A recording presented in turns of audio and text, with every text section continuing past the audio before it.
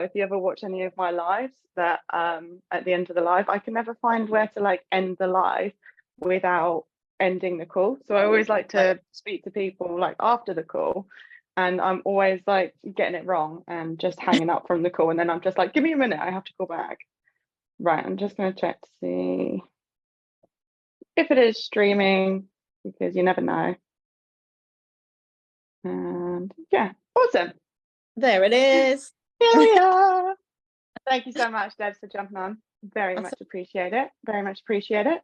So thank you so much for joining us. I know there's quite a few people that have been really wanting to meet you, Deb, and hear your story. You have an incredible story with what you've been going through the last 4 weeks, in just the last 4 weeks. So yeah, so if you guys don't know, I'm here with the amazing Debbie. She is one of my clients, who in just the last 4 weeks has gone from experiencing debilitating fatigue and pain, consistent brain fog, some of her lowest mental health periods, many of guilt tripping her way through comfort foods week after week. From all of that to cooking nourishing meals pretty much all the time, all whole foods now, cooking foods that serve her as well, that helps reduce IBS symptoms, dropping numbers on the scales like they're nothing, staying positive, noticing a huge mentality shift, but also physical and mental shifts. And again, in just 4 weeks. So we're going to talk about some of the things that were most helpful in getting her there. And she's going to share with some tips with you guys. So before we start, what was going on with you before, Debbie? If you can give us kind of like a little bit of a backstory as what was going on before. Okay. So about 3 years ago, I just become very unwell. I was diagnosed with chronic fatigue syndrome and fibromyalgia, and on top of that, some back issues and all sorts of stuff. So lots of medical stuff going on, and I've had some real low moments with my mental health. And, you know, I've always had food intolerances since I can remember. I've always been bloating and pain. And, you know, I've just had a yo-yo effect with my weight as well for years and years since I can remember back when. So basically, it's been pretty tough. And I've really gone through it with all of that. Yeah. And it's been really painful. Like, can you explain the kind of pain that you go through, especially if there's people on here that don't quite understand CFS? So chronic fatigue syndrome, it's not just about fatigue. I mean, it's different levels of fatigue every day, waking up feeling like a zombie, like you've not had refreshing sleep. I am in pain daily, so I'm on lots of medications for that. Pains can be from like just joint aches and pains, or to feel like I've just done a massive workout and I'm just completely aching from that for days. Anything I do, if I use my wrists, or just say I've just done a bit of painting recently, I've not been able to use my wrists because I've been in absolute agony. So you know, I get lots of brain fog, so please forgive me if I forget what I'm saying at one point. Yeah, it's not just about that. There's I think there's over 200 different symptoms that are relatable to this. Yes, is one of them as well. That's probably one of the main things that is quite debilitating as well, you know, because some days I'll be in absolute agony and swollen, and it doesn't go down. So basically just the little story about chronic fatigue. Yeah, I remember before we started the program, before 4 weeks ago, so about 6 weeks ago, when we had a chat, I remember that you would struggle to keep up the conversation, even just what you just said then. You would be talking and then just completely sidetracked because of that that kind of like the mind track staying on one and the brain fog just kind of getting in the way. So even the fact that you were just able to deliver that is such a huge difference already. But I remember that brain fog was just cutting straight into most of the conversation. Yeah, it was pretty severe, to be fair. It was. And that was 6 weeks ago. I know. Gone fast, right? Yeah. And you were plant-based before as well, right? Well, I've tried to be plant-based on quite a few occasions, because what I did was look into like a diet for someone that's got symptoms like I have.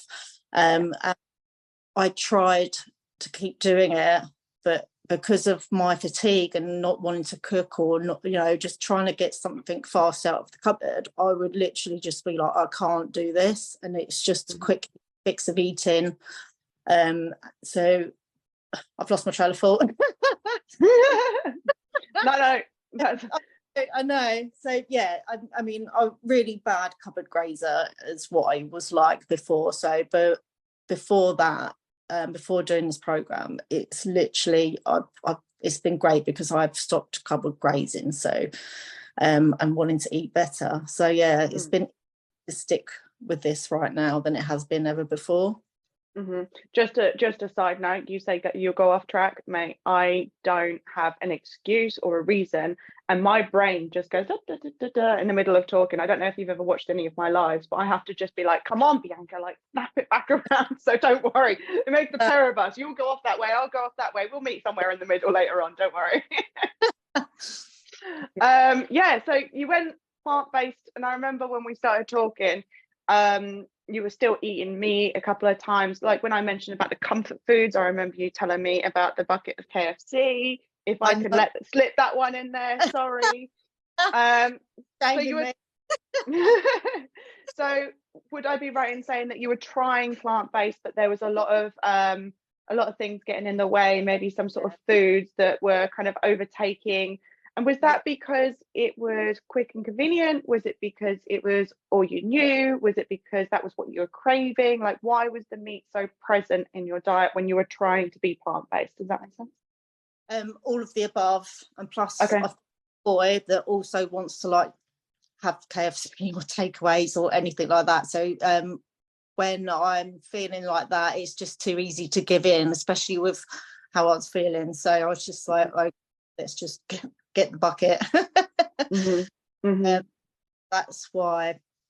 That's just why. It felt easy. You've got someone else in the house that eats meat, so it's kind of like, well, it's already there, I might as well. Saves me time, saves me energy. So it's kind of like a time consuming thing, energy consuming. Obviously with the brain power as well, trying to think of some more foods at that time. Was that kind of the reason why you wasn't able to stick to the plant-based at that time? Reasons, yeah. It was definitely I mean, I can't even emphasize how hard it was to stick to all of this right at the beginning, and how far I've actually come now. So, Yeah. So on that note, perfect segue. Thank you very much. You can take over my job if you want. So on that note, this last month you have totally shifted that. And correct me if I'm wrong, but you're seeing results like never before. Yeah. The Debbie that I'm speaking to right now on a live, and I'm going to try and not cry because I'm just thinking back to a voice note that Debbie sent me. When was it? Was it Saturday or Sunday? And I just stopped and I was like, moment. The person that I'm talking to right now is not the same person 4 weeks ago. Yes, you still have these things present in your life. Yes, you still get the chronic fatigue. Yes, you still get the pains. But I mean, can you tell me what's different now to just 4 weeks ago? Where I've stuck to like the strict plant-based and whole foods, I've managed to shift over nearly 1.5 stone. So I don't know how many kilos that is. I can't think, maybe 2, I'm not sure, 3. I don't know kilos to stone. That's fine. I'm terrible at converting them. Yeah, so passing that bucket aside, I've literally like stopped eating all of the junk food. I've stopped doing all of that. I've kept to it, and I've been happy to do it, and it's become so much more easier to stick to. I'm so in love with broccoli and cauliflower right now. I've got my steaks marinated for me to eat later. But I've literally have lost all of that weight, and obviously I can't exercise. I can't do anything that anyone else does to help them lose their weight because of my conditions. I mean, because if I did, I think I'd be laid up for a little long time. So to lose that amount of weight, I'm actually quite proud of myself, how I've kept to it and I've stuck to it. And I know instead of going and eating chocolate, I'm now eating fruit, which is right in my eyesight. So you know, I'm pretty happy about that.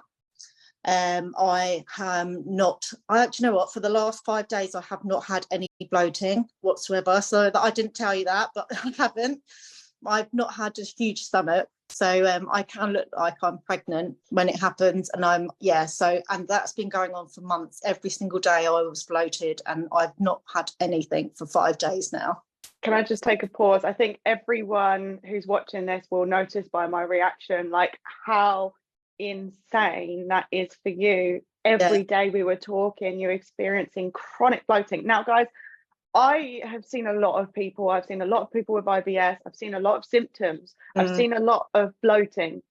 But poor Debbie, I mean, you were definitely the hardest symptoms that I've seen. And so to not have any bloating for 5 days. I know, it's been bliss. It's been absolute bliss. So let's hope it just stays that way. And well, obviously with the diet, it's actually, it must be fitting me quite well now. So yeah, it's been really good. So I think my body's got used to it, and I think it's just gone, yes, I hella like this. Obviously we went through me having a lot of intolerances, so we've managed to keep them out. So as long as I'm not eating all the things, like, so I mean, obviously dairy was a huge thing, which I'm not eating anymore. I've changed. Obviously I'm having health drinks, like ginger shots that you've told me, which I really hate. No, don't tell them that. But they're really good for you. I'm having herbal teas in the morning, like detox, just to get me started, and I'm loving all of that. So that's doing me really well. I'm really loving it. I've had more motivation in the last few weeks than I've had in so much, years. I'm saying I've wanted to do stuff to the flat, because I've just moved in a new flat. Usually I would have been laid up not wanting to do anything, because I've just, you know, my mental health's had, like, it's just, my mental health has changed so much just from these last 4 weeks. I'm just so much more happier and motivated, and I want to do stuff. And I'm so much more with it. Everything that you've helped me do, it's just been brilliant. So don't cry. Because I'm gonna cry. You know me too well by now. I know, but I've even got my love of cooking back, and I'm, you know, and for me, because of fatigue and everything else, it can be quite hard for me to cook. I mean, cutting things, for instance, isn't easy. So, you know, all of my processing stuff that I use more often, which are always out on the counter now. So I'm just loving that I've gotten to this place where I'm loving to cook, and I'm trying new things, and it's all really, really, really exciting. I mean, Debbie's given me recipes, for goodness sake. I know. She's like, oh, look, this, you need to try this. And I'm like, yeah, I do. Yeah. No, awesome. You know, all jokes aside, I am so freaking proud, and you have done so incredible. Like you said, I just want to bring it back around. Like, you had to move house. Was it before we started the 4-week program 4 weeks ago? Yeah. So you had to move house, and that was months ago. Yeah. So that was quite a lot of effort. That was a lot of energy. Bored me. I mean, I was in bed for a long time. Obviously, I mean, just stress from just stuff like that I'll be in bed. So, yeah. Mm-hmm. And you have recently completely ripped up the carpet in is it just living room or the whole flat? Yeah. Living room. Ripped up the whole lot. But so you've ripped up the carpet in your living room. You've completely redecorated the living room. So you've got a whole beautiful new living room in a place that you can call home, that you Yeah. enjoy, and you've done that pretty much all by yourself. Yeah. And that's with having to manage all of these symptoms that kind of have just sort of gone at bay at such a critical time where you would be spending a lot of energy and a lot of effort mentally and physically, right? Oh God, yeah, definitely. Amazing, amazing, and just absolutely gobsmacked. You are incredible. You really are. So I'd like to go over just a few things, maybe 3 things that were really helpful for you, that you've learned from working together. So what's kind of the first thing that made a huge difference for you? I think drawing up meal plans,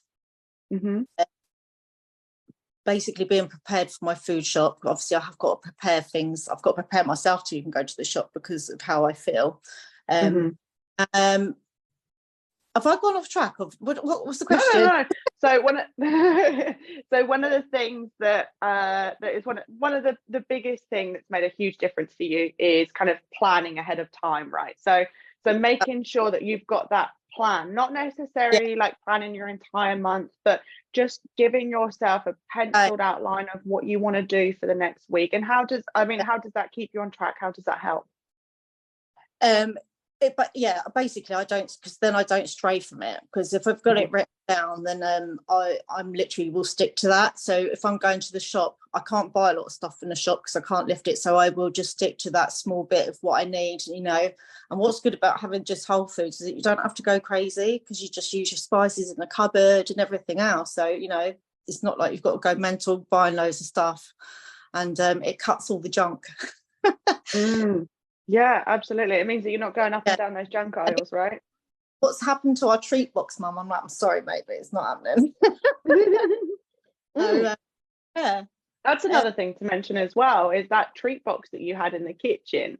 I remember you saying that Riley was the reason why that was there. Well, it is half the reason, but it used to be for me. So, yeah. But my box of dates and, you know, nuts and everything else. So, yeah. So. Amazing. So one of the biggest things for you has been kind of planning ahead of time, doing a little bit of meal prep ahead of time, right? Yeah. Awesome. And have you got anything else? Another tip for us that's been kind of like your biggest takeaway so far? I mean, coming from like you as well, like having you at the other end of the phone has been a massive help. And you know, when you text about the wins for that week, I just think, oh, that just spurs me on to do even better, because I can write down, and as the weeks have gone on, they've just got bigger and bigger. So having help and support is a really good tip, you know, and having you there in your little pocket being best. Little best friend, little rocket pocket. Pocket rocket. Sorry. That's right. I'm just saying, from where I'm coming from, I just think, you know, even if you're not having the greatest week and you do slip, I mean, you're only human. It's just to not beat yourself up about it, because I think that's what I was doing before we've started doing the program. I was just like, oh, and then, you know, because when you do that, you continue that habit that you had in the first place. So I've just been a bit more lenient with myself, rather than, you know, going and give myself a telling off or whatever, and just be like, oh, you acknowledge it, but just, you know, just keep going. And I think that is just one of the biggest tips, is to just keep going. Excellent. Do you mind if I just elaborate on that, just for people who haven't been through the program, maybe they're not too sure on what this is? So what I think Debbie is saying here is having that accountability and support of someone else, like not going at it alone. Because what happens when you go at it alone, and when you don't have that support and accountability, we dwell on the things that we don't do. We dwell on the things that didn't happen and that should have happened, or that we just didn't do as well. And without that support, without that accountability to focus on the positives and focus on the wins, which is what Deb said there, at the end of the week, or at the beginning of the week, or at the beginning of the month, and without focusing on the positives, we get really stuck into the habit of acknowledging everything that didn't go to plan And then it becomes that identity, that habit loop of, well, you know, I did it last week, so it's going to happen again. You know, oh, well, this didn't happen, so it's going to happen again. Whereas when we shift that, and this is what I do with every one of my clients, by the way, is we look and focus on what's going well. So you have that support, you have that accountability, which is kind of one of your biggest takeaways there, is have someone there in your pocket, you know, on speed dial, that you can rely on, that you can have that support and accountability with. But also with that person, make sure that you're focusing on the wins, on the good things, or the awesome things, no matter how big or small. Would that kind of Definitely. That's right. Just because I know that some people won't really necessarily understand that whole system that we've got, so I thought I'd just explain it there. Awesome. Do you have a third and final tip that you have learned that's been kind of really big or made a big impact for you? No pressure if you don't. You know what, I think if you're trying something new with your recipes, because I think this is what's kept me going, is like finding something new to cook, because you don't just cooking the same thing every day. You literally just want to expand on what you can do, and there's just so much that you can find, and it's, you know, you can find it on Google anywhere you like. So, but I think that's one thing I've been doing, is just trying so many different things, and it's keeping it really exciting. And it's lovely, and it's just, you know, it's actually just, I can't think what I was going to say next. That's all right. So going from kind of some meat, trying to be plant-based, to completely, and I just need to differentiate this as well, if you don't mind.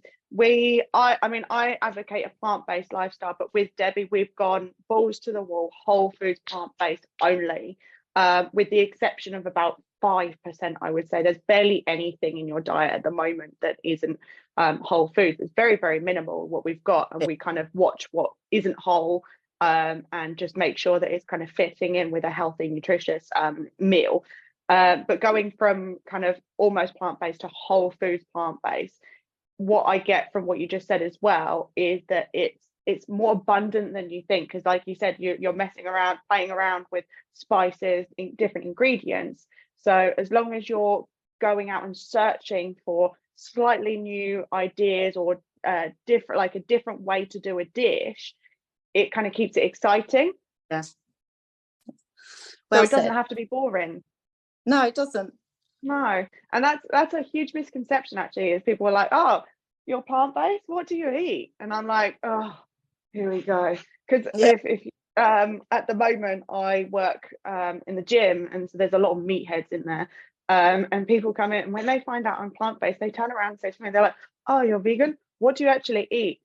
And because they're meatheads, I can just stand there and go, oh, not another one of you, and I rip into them, because they kind of deserve it. Once you've got all that, it's easier than you think, you know. I mean, I never thought I'd be able to do this, and I've just literally just done it in 4 weeks. So if I can do it, I think a lot more people else can. So, you know.